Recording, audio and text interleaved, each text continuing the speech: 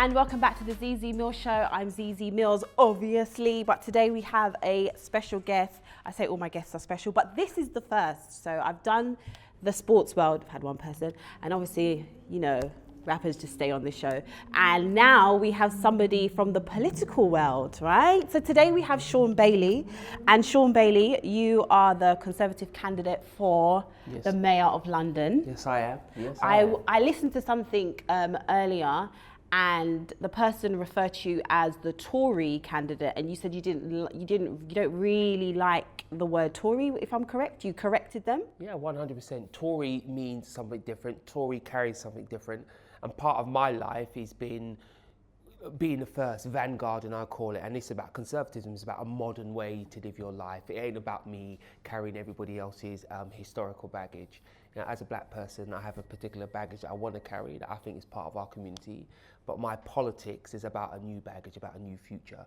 So I prefer to be called conservative. I mean, it's called the Conservative and Unionist Party. It isn't called the Tory Party. You mentioned, obviously, everyone can see you're black guy, you said, black man. This is probably the main thing that I feel the black community are, I would say, annoyed about, or they don't understand. They don't understand why a black man who has come from your background, why you would associate with this party, as they feel that this party is not for black people, that they don't have black people's best interest.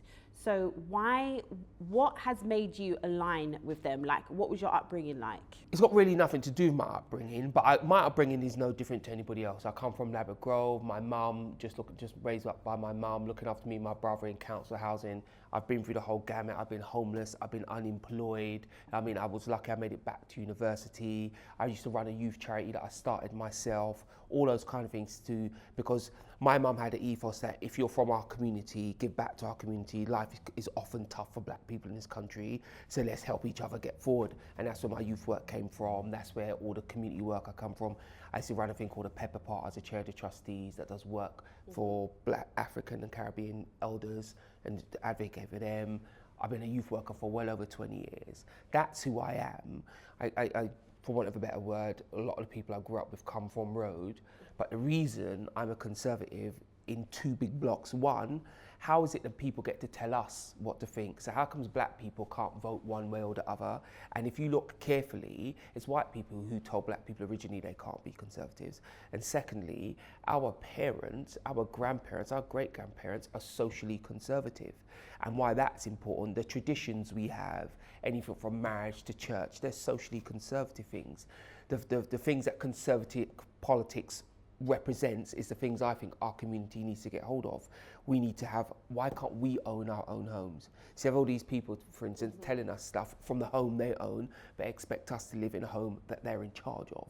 All of these things that I think that black people should have for themselves, I didn't see in left-wing politics. They're always making us the victim. We were always the person that they were advocating for, but yet we never seemed to get any of the spoils of that advocation. So what I'm saying it's about an independence, it's about a confidence, and it's about a self-determined community. And for me, that sounds like conservative politics. Everything you're saying sounds nice and everything, but a lot of black people are not experiencing that with the Conservative Party. They don't feel as if they are for them. They don't feel like they are going to help them get on the housing ladder. They feel like as if they're at the bottom of the barrel. I mean, we saw the race report that came out, and all of this stuff, again, just confirms what we feel as black people. How can our government say that there's no racism or there's no systematic racism when we experience that every day? But hold on. Firstly, let's separate these things out, right? Let's talk about the race report quickly.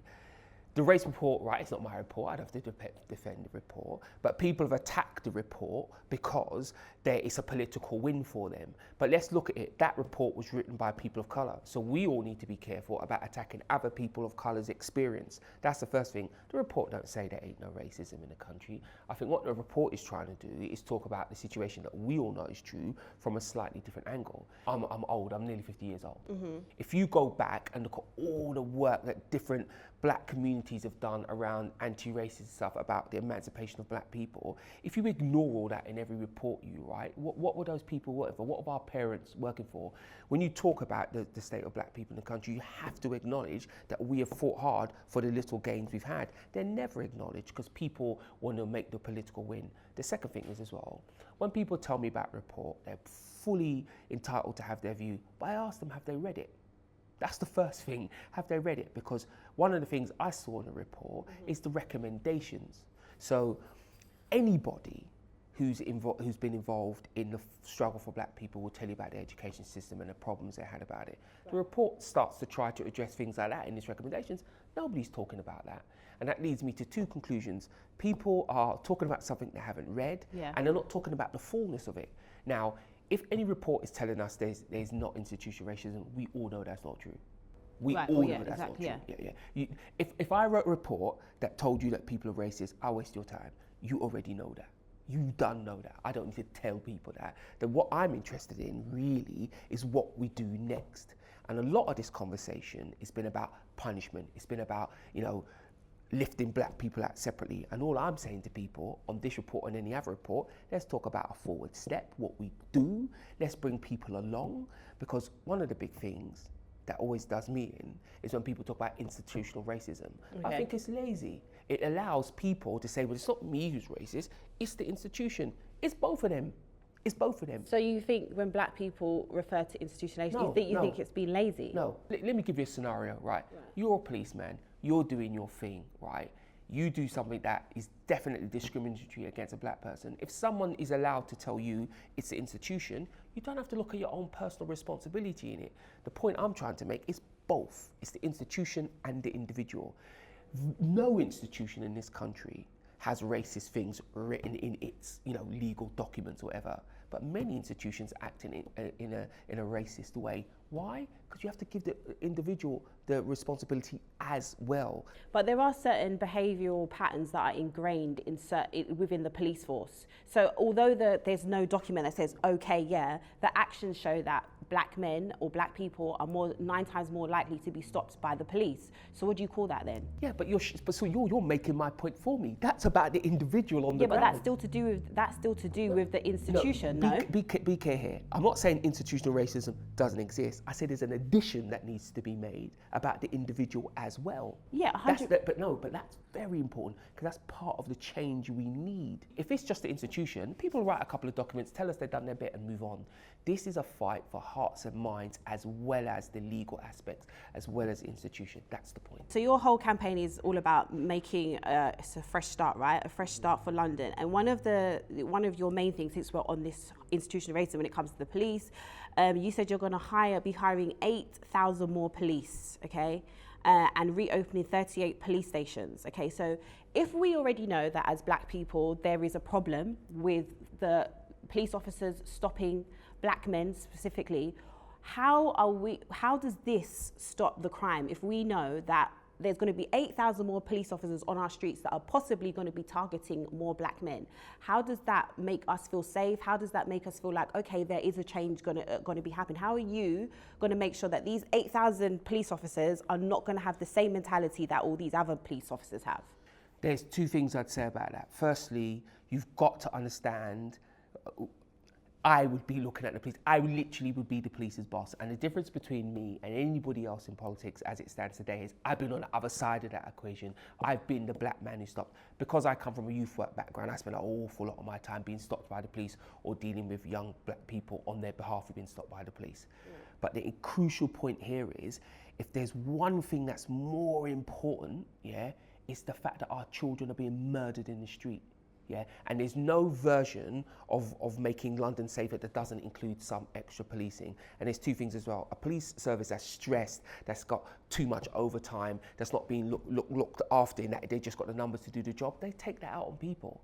A police service that doesn't have the man and woman power to follow up sexual attacks, knife attacks, burglaries, it makes everybody unsafe. And I go back to the point, here's the thing, right? As a black Londoner, you and I are 4 times more likely to be murdered than our neighbours. We can't let that stand. I was speaking to a youth in Croydon the other day. You know what he said to me? We live with murderers in our midst. Do you know why he said that to me? Because I was trying to tell him carrying carrying a knife is wrong. I said, because ultimately you end up getting involved in knife, you get hurt with your own knife, you start something big, But he's like, Sean, we have people who've murdered people who I know. Now, I don't know how much he's exaggerating, but I do know there's lots of communities that feel the way he's talking. And how do we get that solved? So ultimately, right? This is about the safety of all Londoners, but it's mostly, in the first instance, about the safety of our young children. Anybody watching your show now, I'd ask them to go and ask people in their world, do they know anyone who's been stabbed? Do they know anyone who's been killed or murdered? Unfortunately, in our community, that's not extraordinary. So what's going to be put in place? Because obviously there's a root to why these young people are doing this or why they behave like this, whether it's because lack of opportunity or, you know, their parents are not around because they're working loads of jobs, etc. How do you think about combating all of this? So let's be clear, right? My response to knife crime and crime in general is not about policing, but that's part of the solution. It's actually the smaller part of the solution. The bigger part is twofold. So firstly, I will be spending £450 million in London in 3 years on youth work. Where does money come from? On TfL, you know when you buy your Oyster card, right? So many Londoners over the years have bought a Oyster card, lost it, not used it. That £450 million is sitting in a bank account doing nothing. So I've said, why don't we spend that £450 million on the future of young people in London? So what I'm going to do is get 4,000 youth workers across London, to do all the things youth workers do. Anybody watching this who doesn't know me, I was a youth worker for over 20 years. I started my own charity, I did drug work, I do all kinds of things, And I want to expand that model across London, 4,000 youth workers. And on top of that, that'll cost about 300 million quid. On top of that, I'm going to spend £150 million on developing literally youth clubs, like the bricks and mortar for people to go and do the activities in it. So you said that you're going to open, correct me if I'm wrong, you're going to open a youth group in every borough. Yes. Right? How do you think that's going to work when certain people in Hackney can't go to certain areas in Hackney? Oh, we do more than one. You've got to understand. You just said to me, where's the money come from? So, but you're going to do one in each borough? Hold on. You just said to me, where's the money going to come from? How am I going to pay this, That's a big thing of politics. Everybody want to tell you don't know, you can't deliver what you want to do. The reason I've used those numbers is so I definitely hit the number. I can do more because what I can do, there's certain youth groups that already exist, so they wouldn't be as expensive of setting up one from zero. Do you see what I'm saying? Right, so a youth zone would cost £3 million to start, for instance, I was in Hammersmith the other day. They've got a youth club down there, a big one that does the work that I already need. To support them wouldn't cost anything like £3 million. So what that does, it means the money can stretch further. Oh, so you're saying there's obviously youth clubs in the areas already. Already work. Those will stay open, and you're going to add another one into those areas. But yes, of course. But what I was keen to do is make sure I gave a realistic number that I could actually pay for. So if nothing else in the universe went my way, I had the money to pay for what I was offering. Because one of the worst things that happens in politics, people promise you things and don't deliver. I'm making sure that I can deliver those things. Well, yeah, I think that's where the distrust comes from with politicians, is that we're often fed a lot of lies. Oh, this is going to happen. We're going to get this house in. This is that, and then nothing happens. The person comes into power, and all of the stuff that you told us that was going to happen was not going to happen. But what I don't understand, right, is that you were actually David Cameron's advisor for youth and crime, right, for 2010 to 2013. No, 2011. To 2013. Yeah. Okay, cool. So so you advised David Cameron, right? In that time, when you was advising David Cameron, youth clubs were shut and police stations were shut.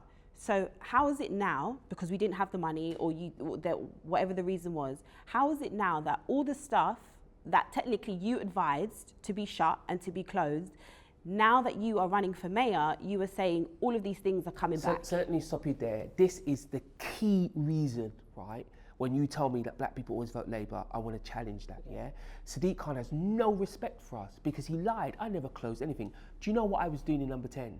I was brought into Number 10 to start the biggest youth project this country's ever seen. Over 600,000 young people have been through the National Citizen Service. That was what I was doing. Any cuts that came to the police service, they came from the Home Office. I was never anywhere near the Home Office. But Sadiq Khan felt like he could say that because no one was going to pull him up on that. He directly, blatantly just lied to people.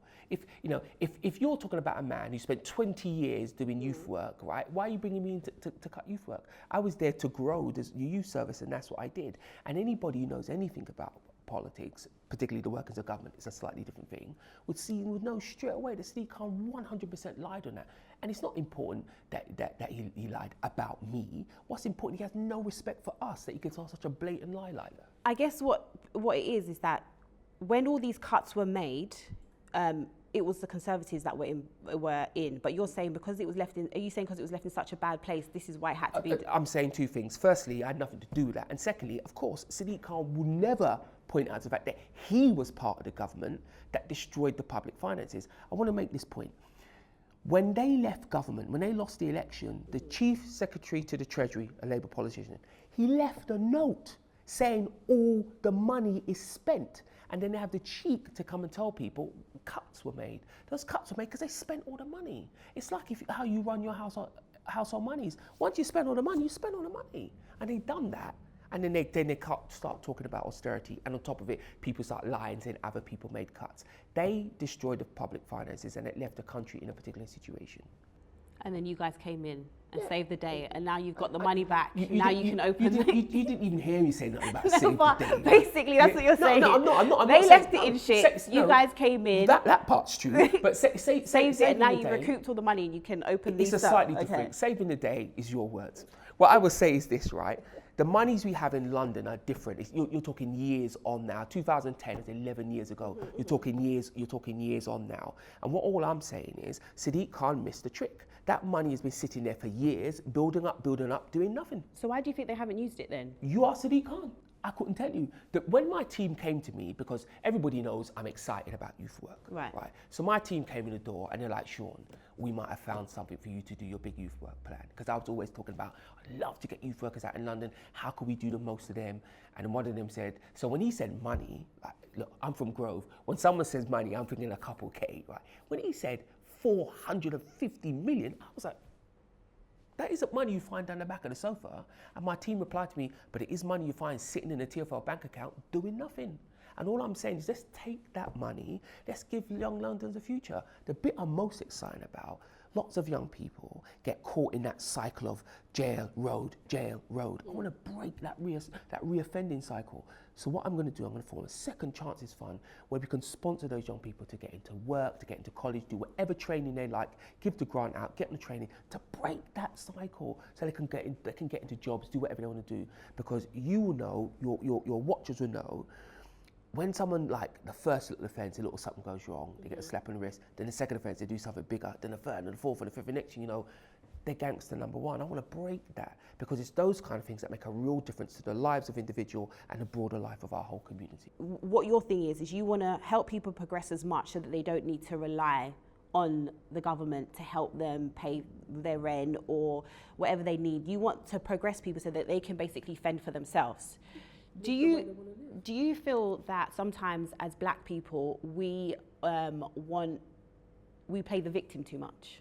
Look, I don't want to say to the black community we're victims, because just be clear, we've had a hard time. Right. Like, racism is not something that people invented. It is real, it is there, do you know what I mean? And we need to fight with it. What I'm saying to black people is we have quality in our community. We don't have to let other people decide that we're victims. Let's do all the stuff that other people get. You know, you have Indian community, lots of doctors, lots of lawyers. You watch the Pakistani community just charging ahead. And we're an older community in many senses. And sometimes I think we haven't charged ahead. And I just want to help everybody get ahead. If you want to be a record producer, go right ahead. If you want to be an artist, if you want to be an architect, let's do the work. There's some responsibility that lies within the British society to remove the barriers, racism, you know, poverty. But there's some that relies on us. Let's have a confidence. Let's have an ambition to move forward. So what would you say to the people though that say, okay, I'm trying to move forward, but the government, the system doesn't allow me to do that. I'm constantly blocked. I can't get jobs. It's harder for me.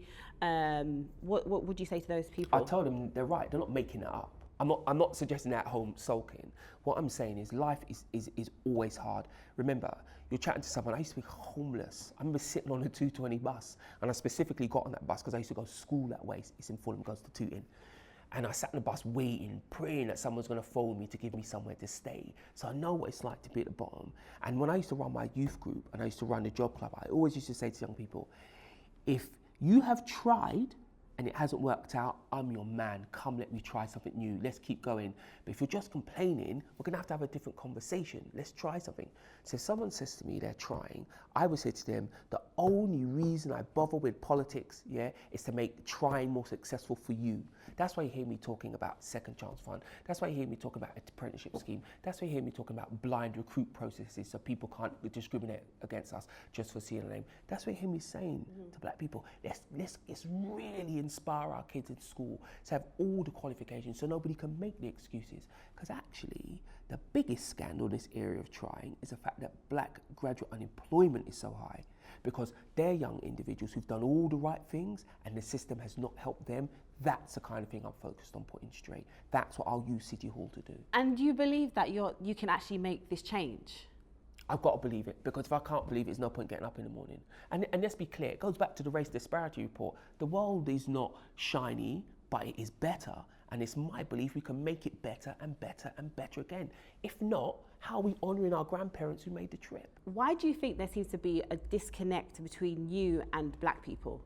Because when I spoke to people about you interviewing today, like no one had anything good to say. Yeah, but again, everyone was just like, oh, he's this, he's that. So, but again, there's two things I say about that. That certainly isn't all black people.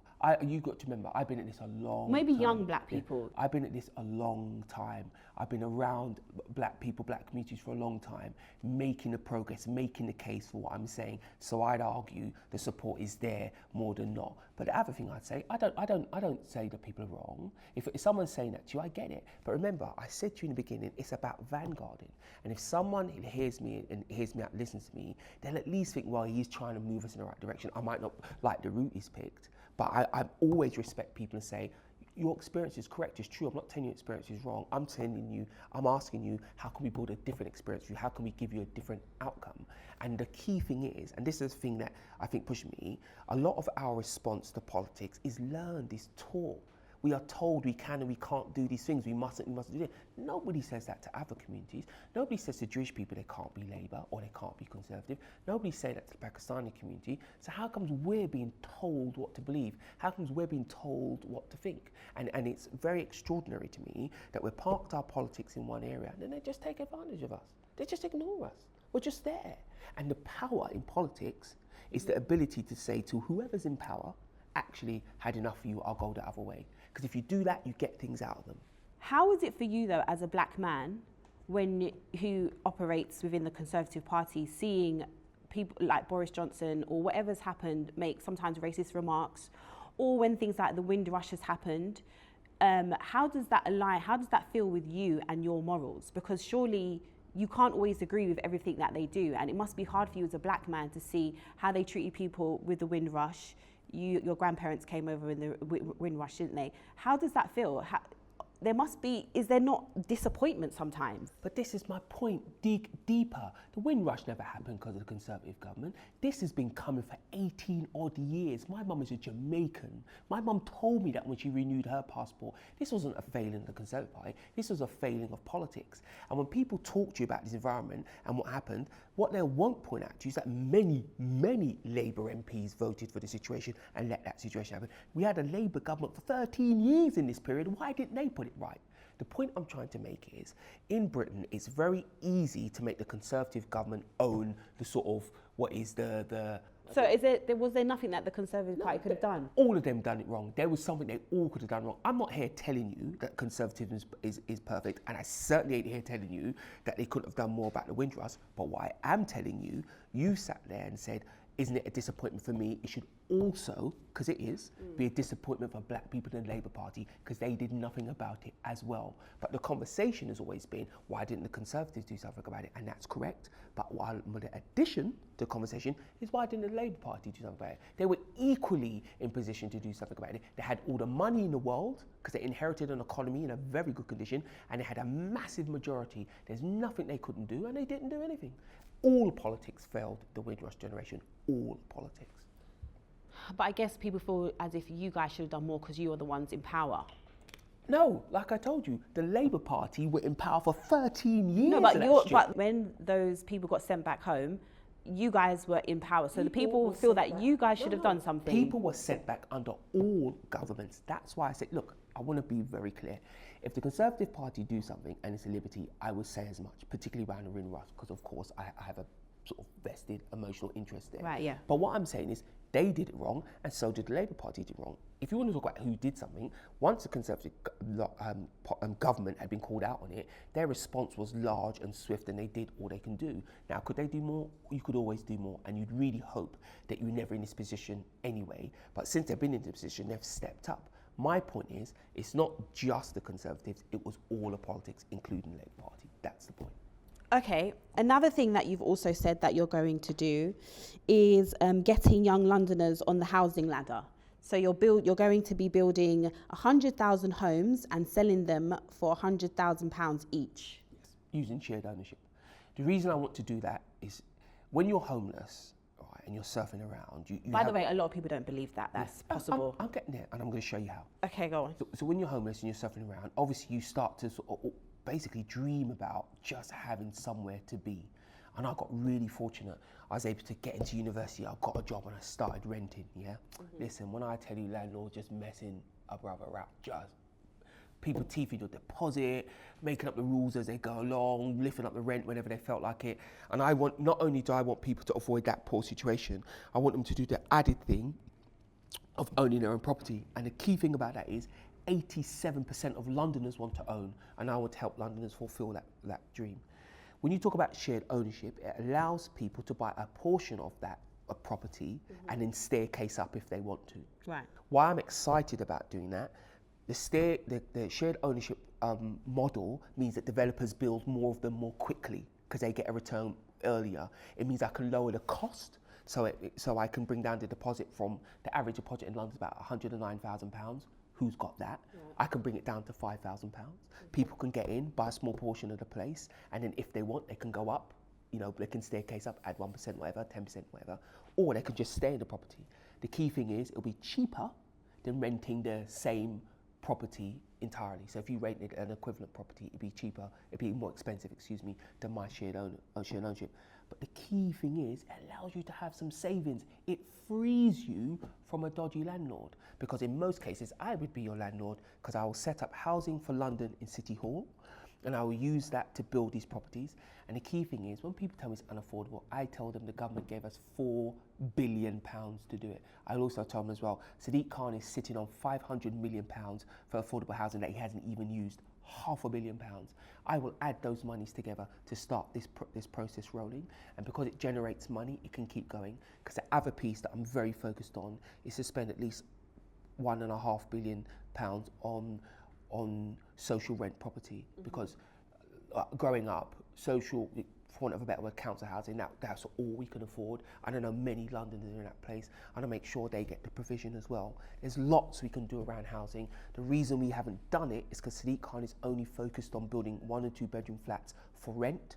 I want to build a few more family accommodation because people have bigger families, and I want people to own. And if you're from our community, why can't we be homeowners like everybody else? Well, I guess that's what a lot of people don't necessarily believe, because from what I see, when I look on social media, read different think pieces or go on different websites, people don't believe that the Conservatives want a certain type of people to own property or to have that life. That the Conservatives want to just keep people in. Oh my gosh! These are the stuff that are going around. Let's look at this for a minute. So the Labour Party, in the form of Sadiq Khan, only want to build homes for rent. Only, that's all they want to do. That's all they've ever done. Mm-hmm. You're talking about a Conservative Party that's constantly talking about homeowners, the cuts, stamp duty, all those kind of things, keep mortgage rates low. It's simply not true. And this is the point. If I met a man the other day, committed socialist, and I told him he should vote that way because he knew what he was voting for, right? Okay. He then said to me, actually, I'm going to vote for you because you're giving me the choice. You're respecting my choice. And he wasn't entirely horrified by some of the things I want to do. It's more the label that was an issue for him. And that's what I'm saying to our community. Have the information. Don't let people just tell you things. This isn't just about a brand. This is actually about detail, because the detail affects your life. There is no version of events where a Conservative Party would not provide more homes for sale than a Labour Party. They believe in collective ownership of the state.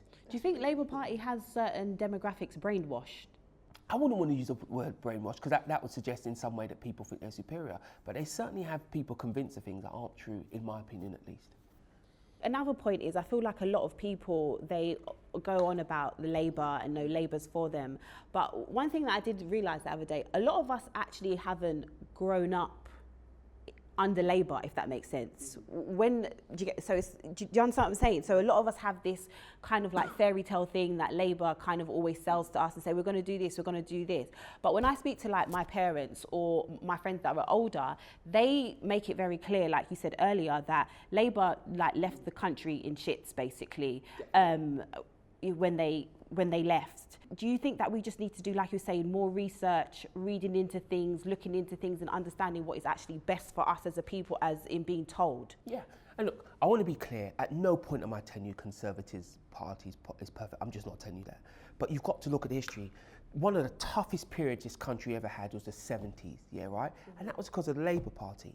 They absolutely wrecked the economy. They had carte blanche, they did what they always want to do, wrecked the economy. That's important.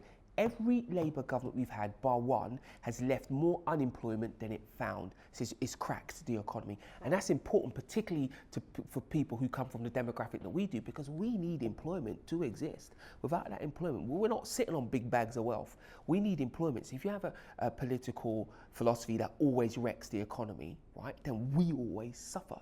If you have a political economy that doesn't allow us to have savings, like if you live in social housing, how big a savings are you allowed to have? You know, for instance, I have a friend, right? She used to live in a block that I used to live in. I used to live in Grove in a block. She wanted to move to be close to her mother. No opportunity to do that. No opportunity at all. Because she doesn't own the place. It belongs to the housing association. Mm-hmm. If she had any kind of stake in that building, she'd have been to sell it. She'd have been to rent it out. And that's the kind of flexibility I want for us. In the end, she had that worrying thing of, is she going to give up her flat or is she going to do something illegal? And she just doesn't want to roll. She doesn't want to do either of those two things. I'm not even sure what she did in the end. Mm. But we need some flexibility. And the idea, right, that they're always for us, I think is wrong. And when I speak on campuses, I see a lot of young people who, they're kind of going with the mass. I mean, you have to be brave to run around and tell people that you vote Conservative. Why? Why? And so it's easier to join the group. And whenever I meet a young person, especially a black person, who said, actually, I'm a Conservative voter, do you know what I tell them? I tell them they're part of the Rebel Alliance. I say, wrongly or right, you fought this through for yourself. And all I'm ever saying to the black community is, yeah, let's not just so speedily give our support. Let's test that. Let's make them earn it. That's all I'm saying. That's all I'm saying. There's one thing, so basically Sadiq Khan has obviously spoken about his support for the LGBT community. If I'm correct, have you spoken about it? What's your thoughts on like gay marriage, same-sex marriage, the LGBT community? What's your thoughts on that? I remember going to Pride and someone saying to me, oh, great to see you here, because LGBT Tories, actually, I think they call it LGBT Conservatives, not Tories, LGBT Conservatives. So, are you going to come with us? Or I said, I'm there, let's meet. And a woman there asked me what's my views. And I said to her, listen, if you convince somebody to love you, you better hold on to them. Yeah, it don't matter who they are, what they look like. If they love you, if you love them, hold on to them, because love is hard to generate, commitment even more so. So you marry who you want to marry.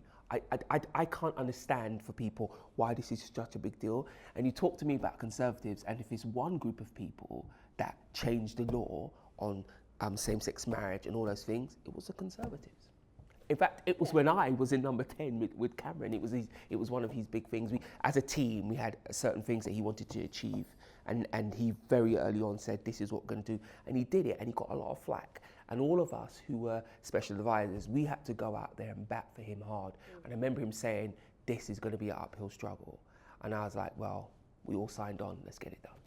What about some of the past remarks that you've made? Do you regret them? Do you wish you never said them? Or do you class it as a learning experience?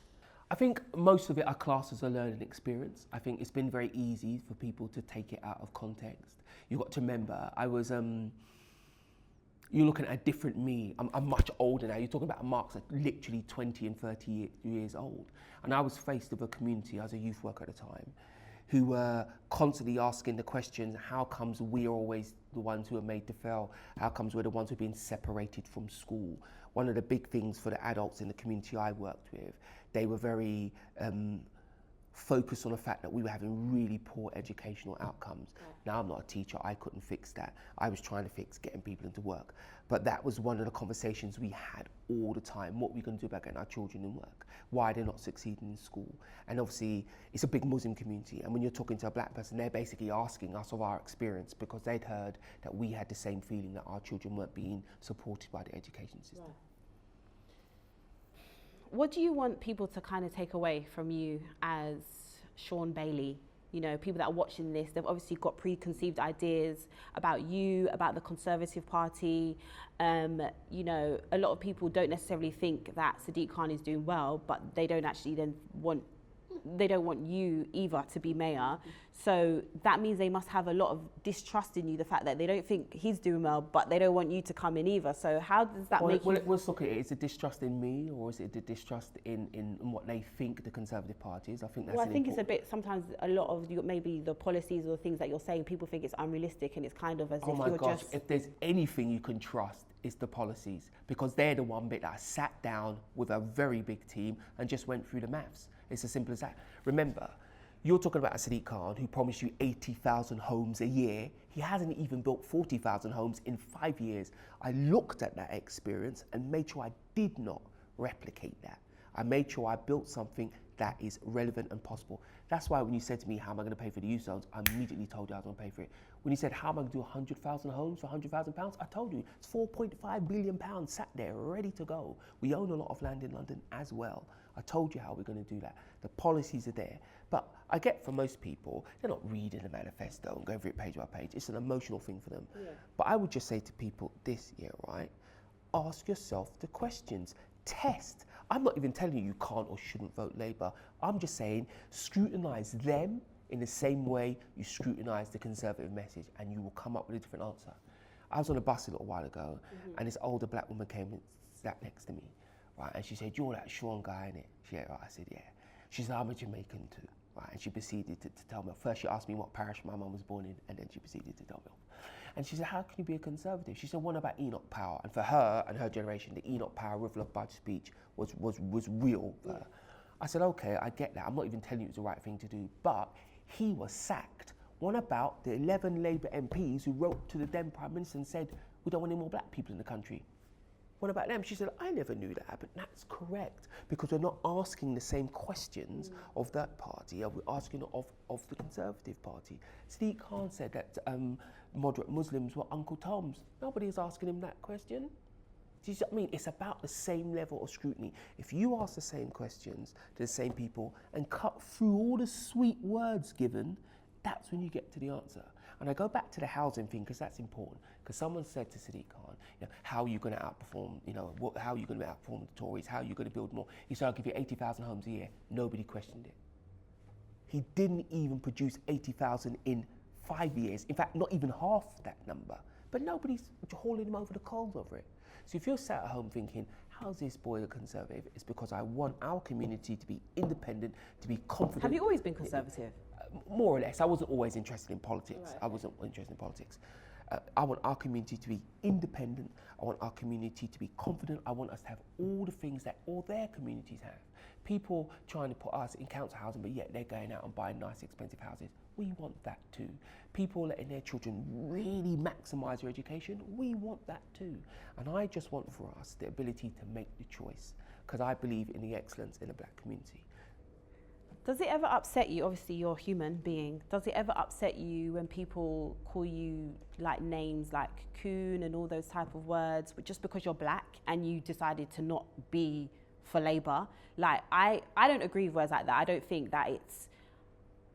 I think it's actually destructive to black people to use those type of words, because like you said, it doesn't allow free thinking. It doesn't allow people to be like, okay, this doesn't align with my way of life, so I'm going to go and vote for this party. Do you get what I mean? Almost like being bullied into, I'm kind of the same. It's like, whoever you want to vote for who you ever want to vote for, but don't make other people feel bad for not voting for whoever you're voting for. Either way, whether that's Labour or Conservatives, you decide what's best for you.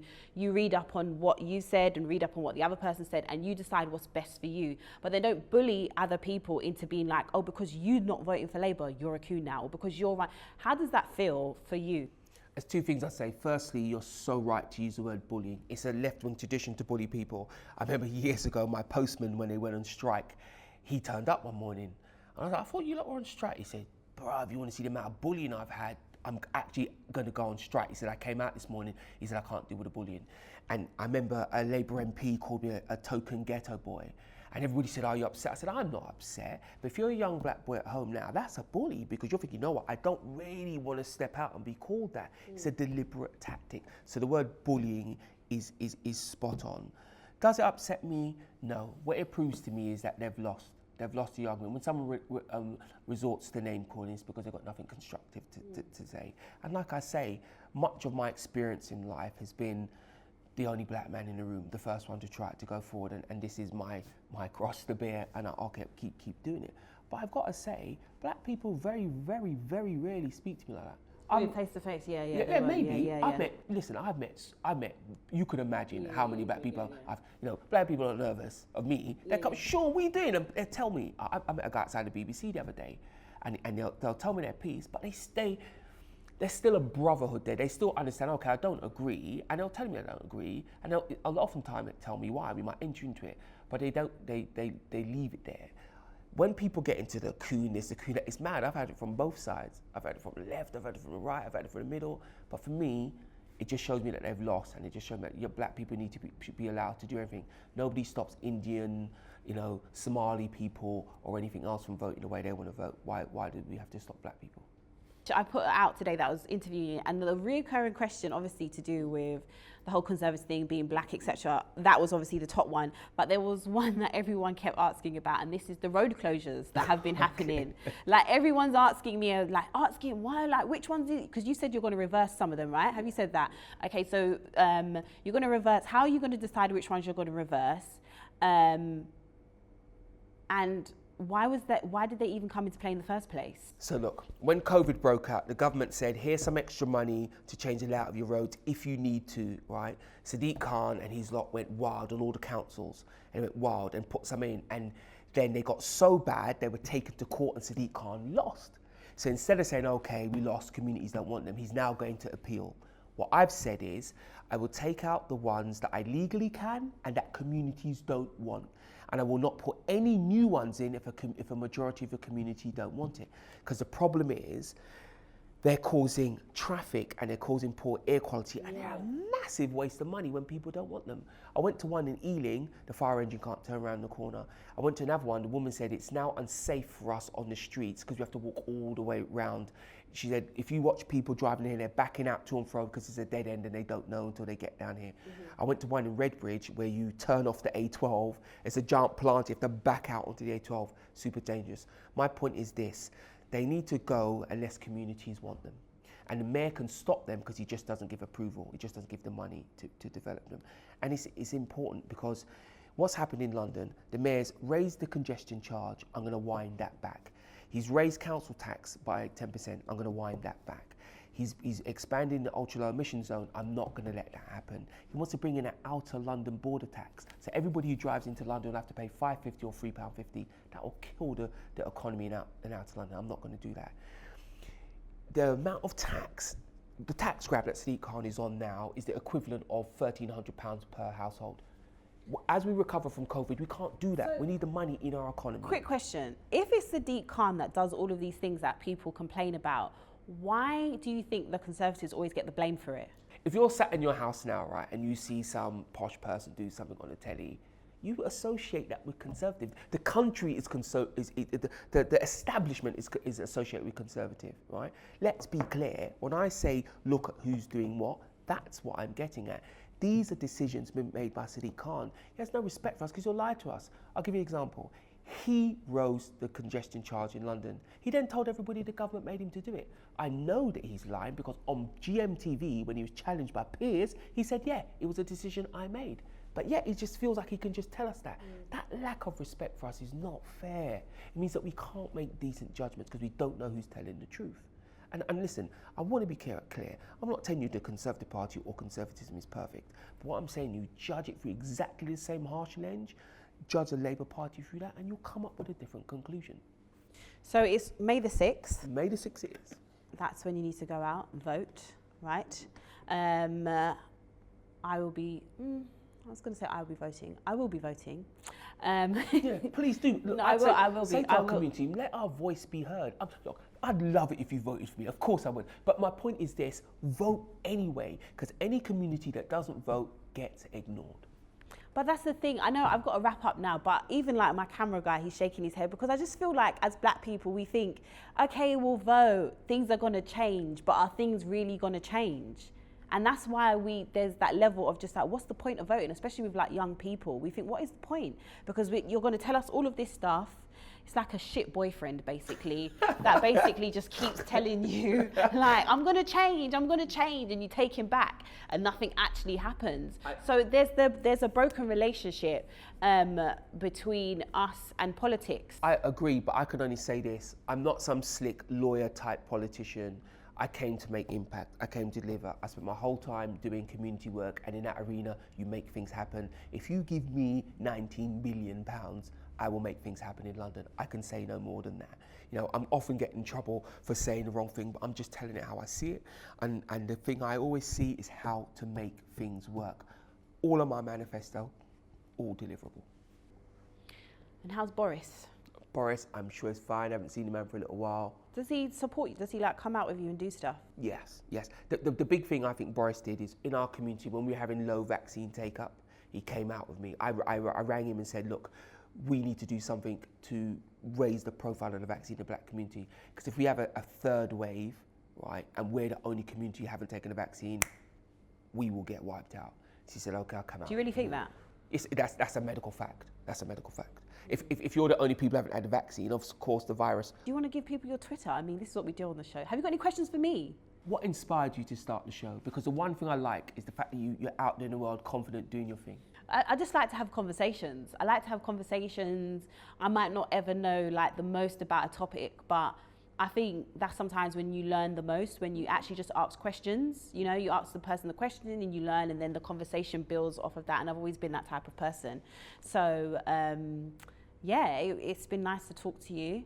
I think hopefully people, like you said, they won't just vote by tradition. They will vote by what they believe is best for them. I'm big on that. So yeah, if you feel Conservatives are best for you, then cool. If you feel Labour's best for you, then cool. But what I don't like as well is that a lot of, you know, especially like influential people, artists and stuff, they kind of just always go with one part, whoever that party, and all their followers then follow them. But they also, like you said, they haven't read up on the manifesto. They don't even know half of the things that they just go with whatever the person who's leading has put out and said, this is this, and then they latch onto that one thing and they tell all their followers, and the next thing you know, everyone's voting for that. And I don't agree with that either or. I think everyone should do their own research. Like you said, I think everyone should read up on it. That's what I would advise people to do. Make your own decisions is a powerful step. Okay guys, well thank you. You know what to do. Like, subscribe, tell your mom, tell your dad, tell your friends, tell your dog. We out. Bye.